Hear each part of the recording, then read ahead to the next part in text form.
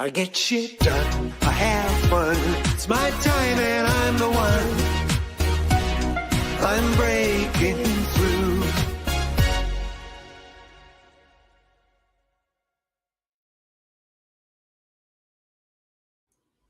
Hello and welcome to another episode of the Business Renovator. Today, smarter marketing, less hustle, how to use AI to help businesses scale.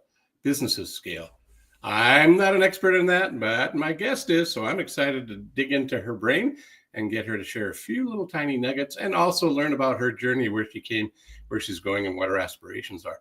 But in the meantime, thanks for being here live. If you're here and if live, that's great. If you have a question, comment, or some feedback, send it our way.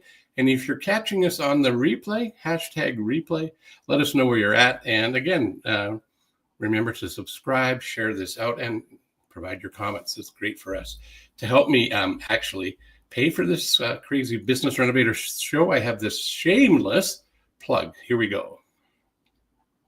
I get shit done, I have fun, it's my time.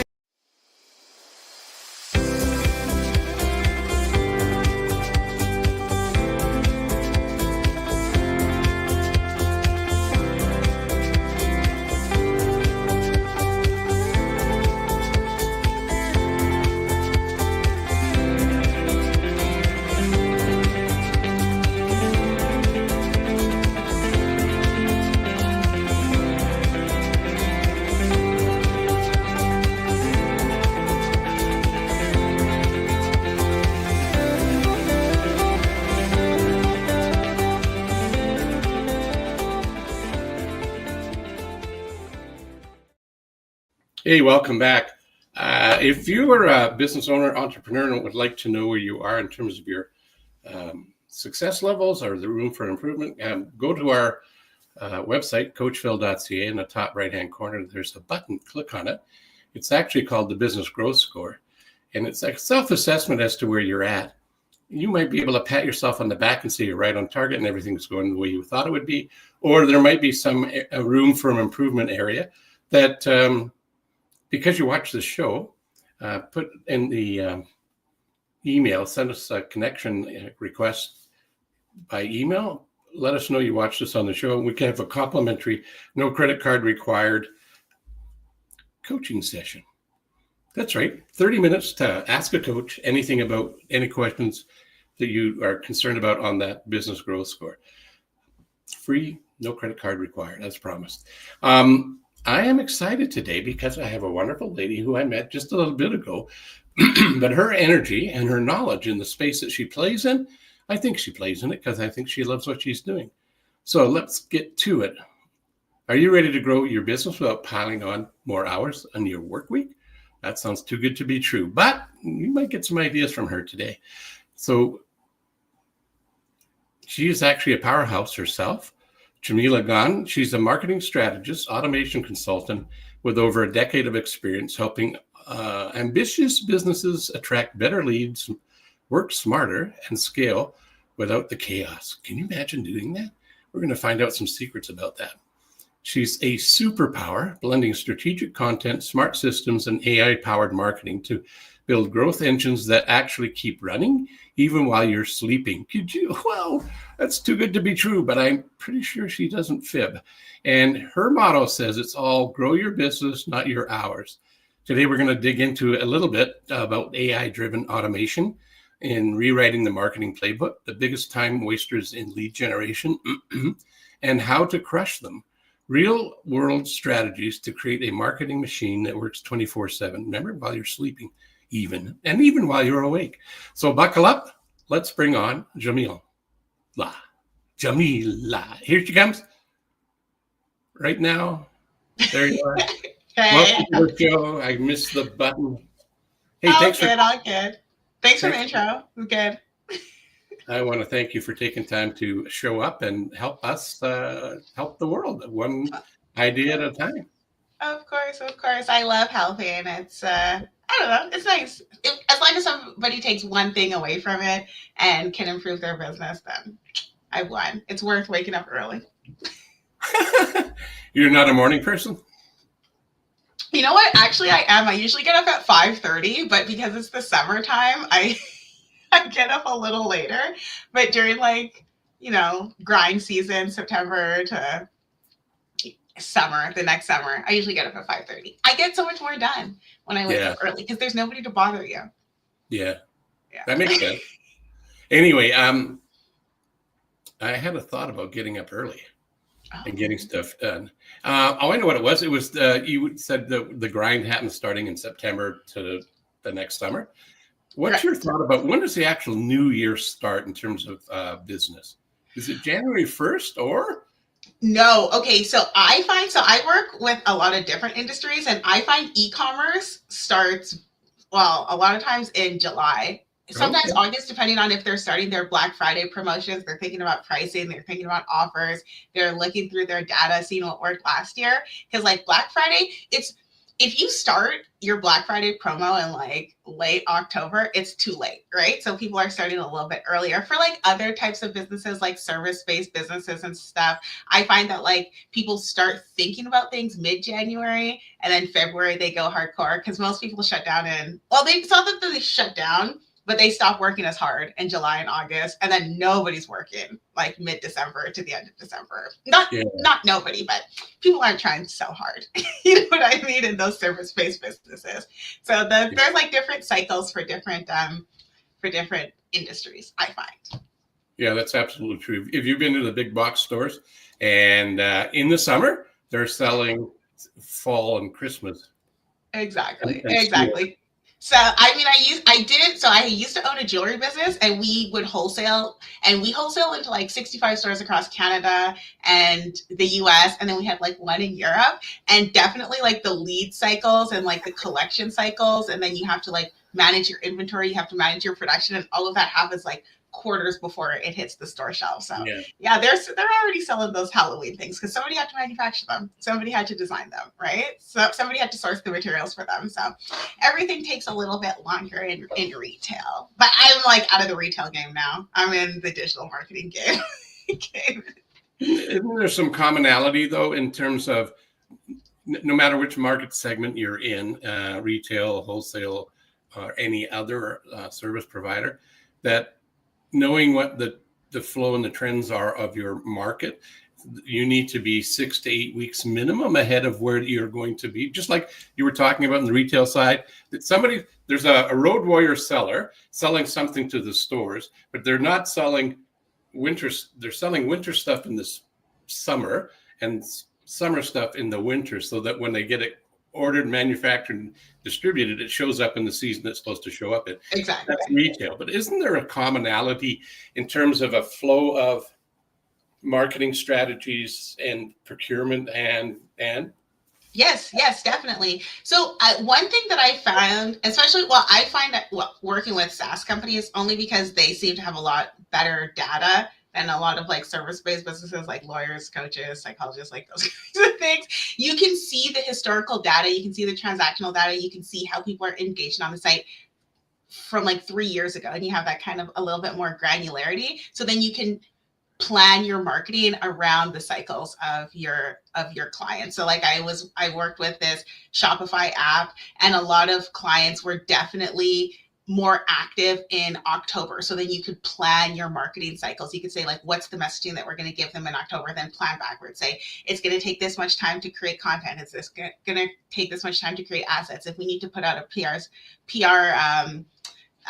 if we need to put out a press release, then it's going to typically take this long. So then you can plan backwards from them there. But I would say like it's better to have more time than less. So I'd say like minimum 8 weeks if you're going from like strategy to execution is important. And again, it depends on the size of your organization, right? And the size of your addressable market. But yeah, as long as you have the data and you can see the cycles, then you're good to go. And then like in e-commerce, actually one thing that I found is advertising spend, it drops off a cliff in January. Like, for example, people will be like, oh, can I do paid ads for this or that? And I'm like, if you start your paid ads for your, health and wellness coaching or something at the beginning of December, like you're fighting for space, right? Your cost per click, your cost per acquisition is going to go through the roof. But if you start advertising like January, when all the e-commerce stores and every other retailers have stopped advertising, then you get a little bit better return on your ad spend. So like always looking at your data and seeing like what are you doing, what's the competition doing, what's your pricing like, and then planning from there. I know that was super long-winded, but yes, that's the answer to your question.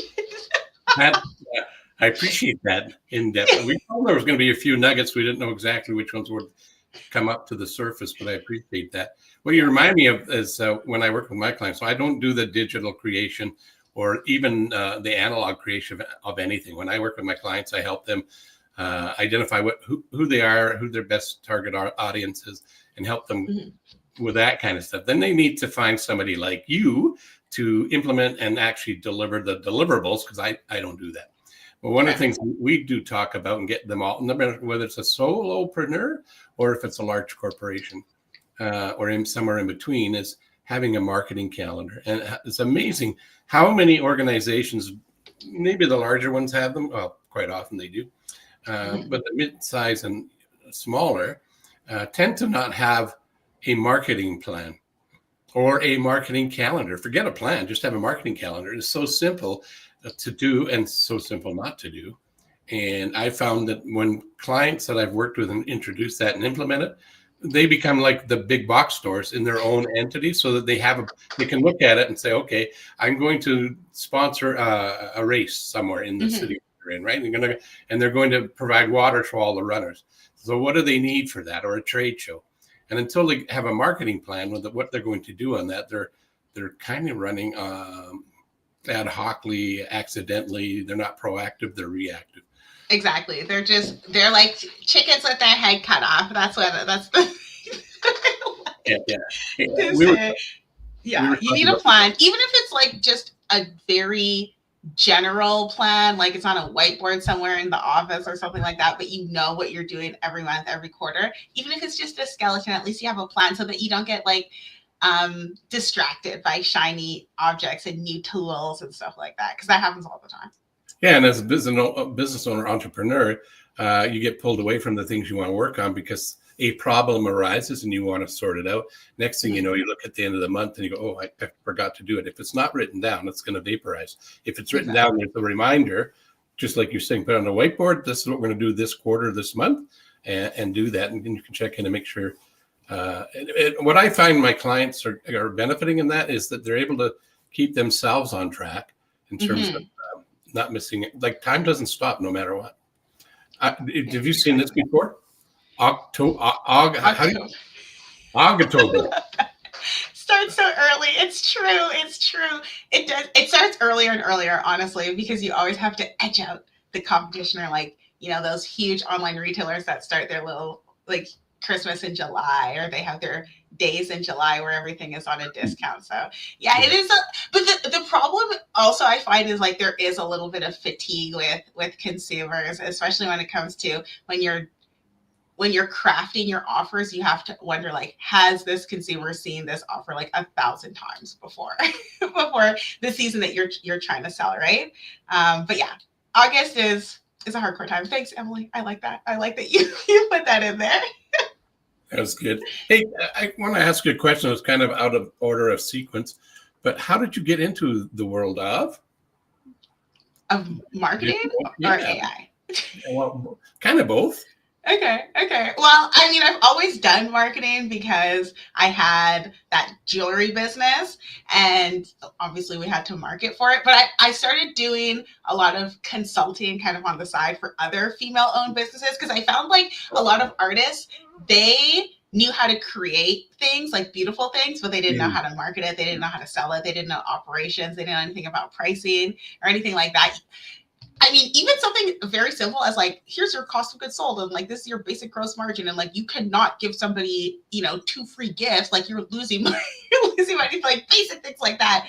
I would help them with. So I've kind of always done like the marketing and then the consulting. And then during COVID, I realized that I did not want to be tied to physical goods or anything like that. So I was like, okay, it's time to pivot and then go kind of full into marketing. And then AI, honestly, I have to be perfectly honest, I love AI and automation because I don't want to work that hard. So I'm like, how can I how can I make more money and do less work? So that's really how I got into learning about workflows, understanding what tools work the best. And then again, obviously I wanted to offer that to anybody that I work with or my clients and say like, here's how you can like get more done without doing any more work. And I like balance. Okay. I like not doing unnecessary things. So that's why I like automation and that's why I like AI. Huh. Kindred spirits, kind of why I like it as well. There's all sorts of debates going on, whether it's good, bad, or indifferent. But what I found has helped me almost like having my own brainstorming buddy to run ideas by, to get questions answered. I get to do the thinking, but it's amazing how much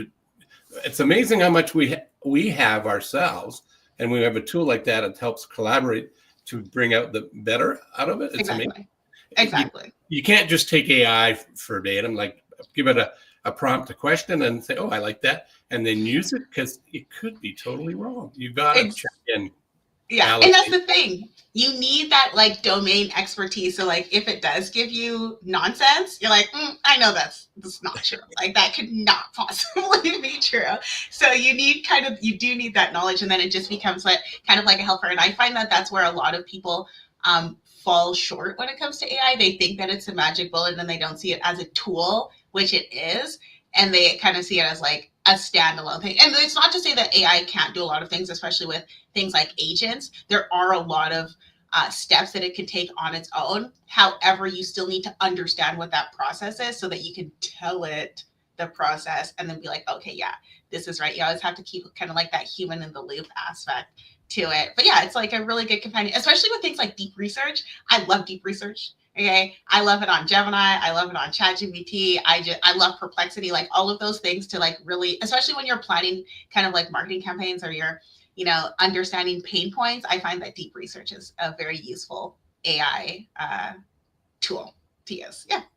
I tested the waters to see if it was writing BS, and sometimes it absolutely does. So I've created a prompt in a actual GPT where I want it to give me the summary or the key takeaways from books I've either read or interested in reading. And so there's a couple of books I know quite intimately. I've read them numerous times. I actually study them. And so I put one in particularly, and I asked it to give me the key takeaways of it. And then it totally missed some key aspects of it. Like it's a personal development book called Smart Talk. And the author was a mentor of mine through his curriculum.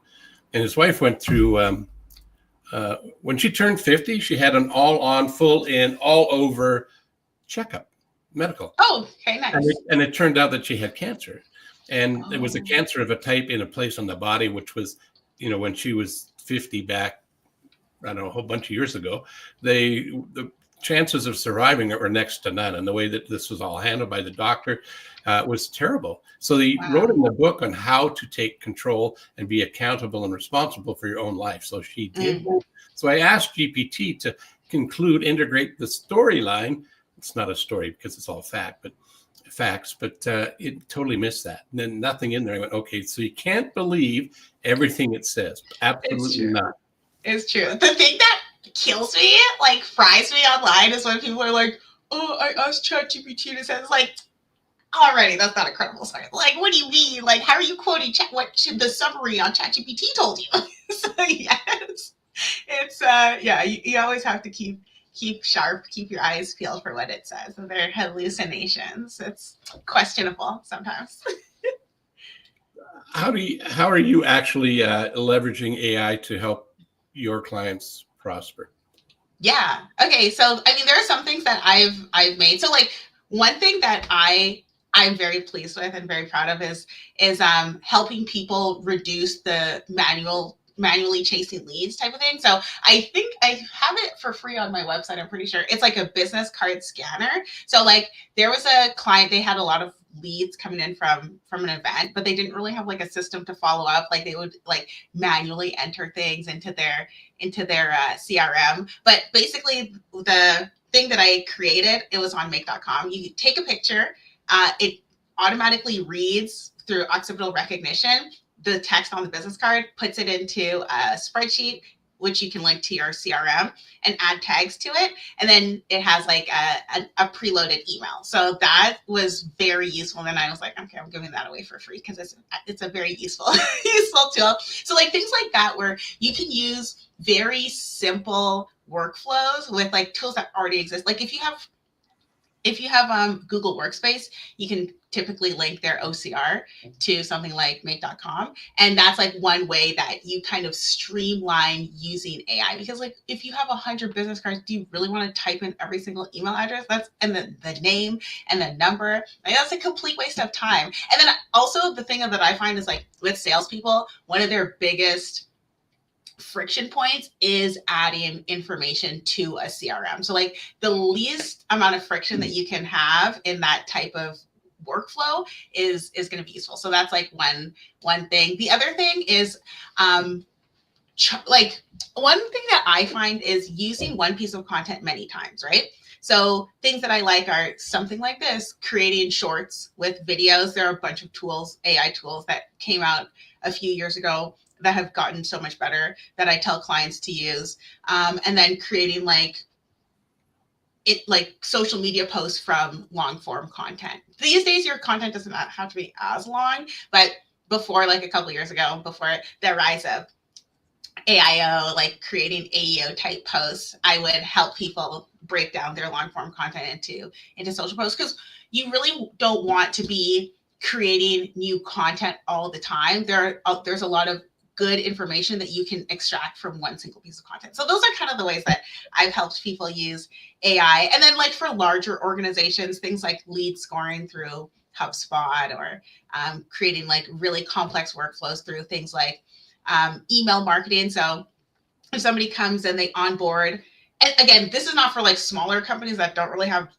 data, but like somebody comes in, they sign up for your app or something, but you understand who they're coming from. So let's say you're an email marketing company and you know that they've switched from, let's say, from Klaviyo to OmniSend, then you send them through a very specific workflow that's like, hey, so bring in your workflows from OmniSend to Klaviyo, and then you send them through these very specific workflows based on how they came in to your business. So like just things like that. Just like, yeah, there's so many things, but it depends on the problem that they have. And they're like, most people are like, I freaking hate doing this. They're like, this is a complete waste of my time. And I'm like, okay, here's how you can solve it. So you mentioned a number of names of apps and solutions out there. You don't need to define who they are. What that demonstrates to me is that if anybody's stuck in the muck or in a scenario that you've described, they're probably smart to reach out to you at some point. And don't worry, ladies and gentlemen, we will be sharing how you can actually do that here in a few minutes. Because there's a lot of, I'm a little bit savvy. I'm certainly not an expert in the space that you're in. There were some things you said that I don't know that one either. But that's okay. You don't need to know it all. That's why you have people like yourself available to fill in the blanks so that they can go and spend the time and energy on what they're good at, whether they're an HVAC company or a lawyer, accountant, baker, doesn't matter. You can help them tell their story utilizing digital platforms. Exactly. And I am going to do a shameless plug. One thing that I'm like really good at is taking people's existing marketing tech stack and being like, this is how you can optimize. This is how you can get the most out of what you're already paying for. And this is how we can connect them together, instead of being like, oh, you need this new solution, or like you need this or you need that. Like sometimes you don't need anything. You just need to use the tools that you have a lot better. And I help people with that, because I don't think that you should be spending extra money on things that you don't need to. Well, at a time we ask Diana, right? Any tips on how to cut through the noise of so many different AI solutions? Emily, thank you for asking the question that was in my head.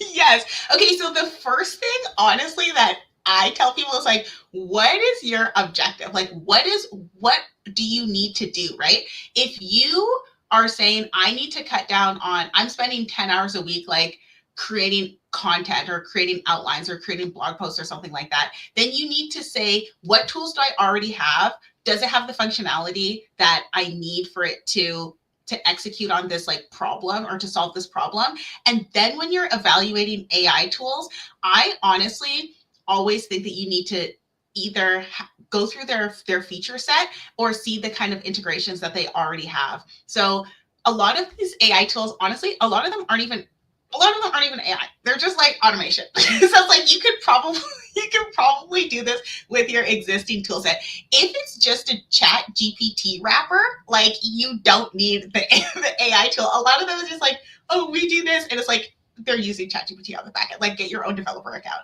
You know what I mean? But I think that evaluating based on price and functionality and then always looking at reviews is important, but always go back to your existing tools and be like, does it have this functionality? Like a client that I was recently working with, they had like 3 different tools and they're like, oh, I think I want to switch to this. I'm like, your tool literally already does this. Let me automate this in this tool that you have instead of like buying a bunch of other things. So yeah, evaluating your tools for the problem that you're solving, I think is the most important for me. And that's what I tell other people. So I hope that answers your question, and just being like, what's the problem that I'm trying to solve, and does this tool solve it? And if it doesn't do at least 85% of the things that you need it to do, then you can drop it. Like there are like a million tools out there. You can find something that's perfect for you. Oh, let me pop up with Emily's. She's very appreciative. Okay. Yay. You're welcome. There's an app, or not an app, but a website, and I can't remember the name of it at the moment, unfortunately. But it's a place where you can go and search for reviews of if you're looking for CRM system, you go to it, and I thought I had the name of it pop into my head, but it won't. But you can go to it and actually ask, hey, I'm looking for a CRM system, and it will list the ones that have been commented on. It'll give you the reviews from it and give you a link to go do exploratory investigation. And is it like G2 or something like that, or I don't know. I don't know, but there. So because I can't remember it, is G2 one of those places where you could? I think it's called Capterra. Oh yeah, Capterra. Yeah. Okay. You get some feedback, so that could help Emily out. Are there other tools and resources like Capterra that would help? You know what? I'm not gonna lie. I love Reddit. I love Reddit for honest reviews. I also, I prefer Reddit, honestly. I do kind of, sometimes I'll go through like YouTube videos on, because one thing that I find with a lot of these tools is that they don't show their back end, which is sometimes a lot more important, the user experience, than what they say that they do. So I do like to check YouTube reviews, but I always kind of take those with a grain of salt, depending on who the creator is, because I also did like affiliate. I kind of do like end to end. So I've done a lot of things. So I've done affiliate marketing, I've done partnership marketing, and I have paid people to write reviews on specific like software, right? So I like to use the YouTube videos for seeing what the back end looks like, and then you can see kind of the functionality back there instead of the beautiful photos that they put on their front end. So that's how I like to do reviews. Also, Product Hunt is really good for seeing what people are up to, and those reviews are typically the most honest. So I'd say like Product Hunt, Reddit are like really where you want to go for true software reviews. That's what I would say. So what's the product? What? Okay, so Product Hunt is typically where new SaaS companies go to launch their products, and then like that community will evaluate it, and then they'll say specific things about it. Ooh, the other thing is AppSumo does have pretty decent reviews as well. Like you always have to go to a place where the community actually uses the tools, and they're not just content creators. Because I'm not, poo-pooing on content creators, but content creators are out there to get their bag. Okay, so sometimes they say nice things about companies, but it's only because they're paid for it, and it's still kind of the Wild West out there when it comes to those things. So that's just my warning. I'm not saying they're all bad. A lot of them are honest, but some of them are questionable. I have a love-hate relationship with AppSumo. I end up spending money and sometimes don't use the apps because, oh, that sounds so good, I could do that, and then I don't do anything with it. But on the other hand, I've actually invested in some of the introductory offers that they've had, and I still use it. Some of them I've been using for over 10 years. Yeah.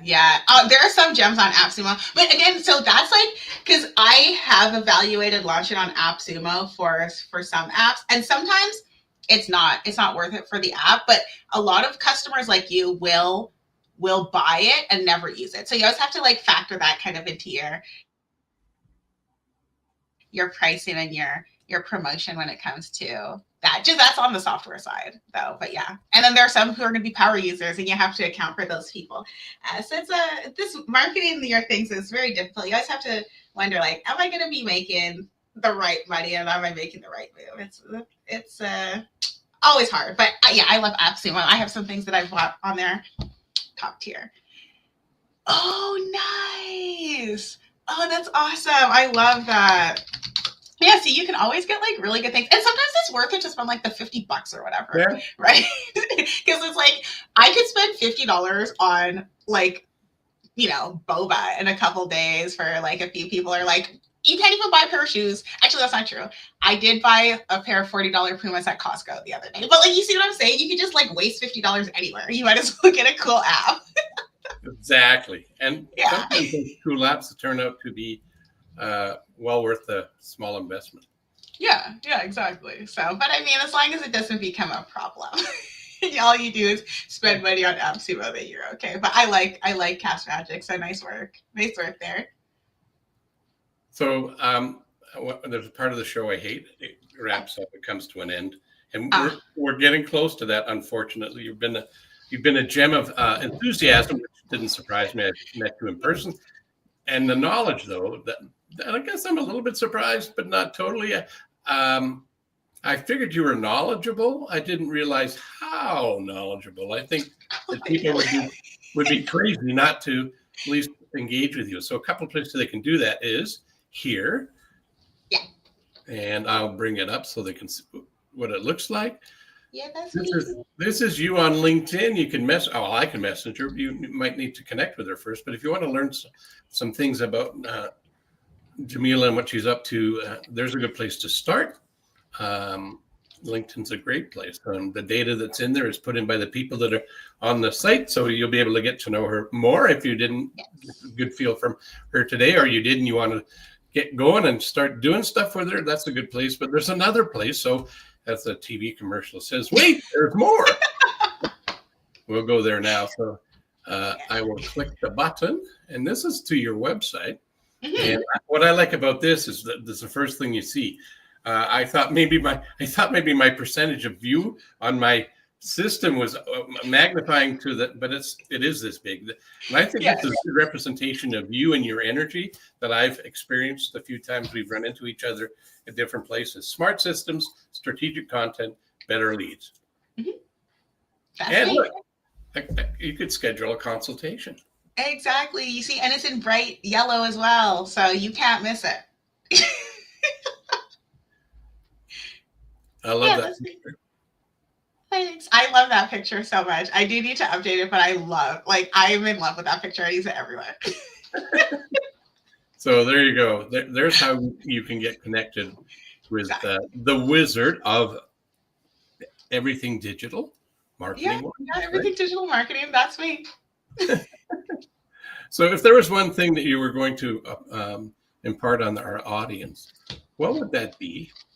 Yes. Okay. So the thing that I always want to let people know is to focus on your client, focus on their pain point, and focus on what they need.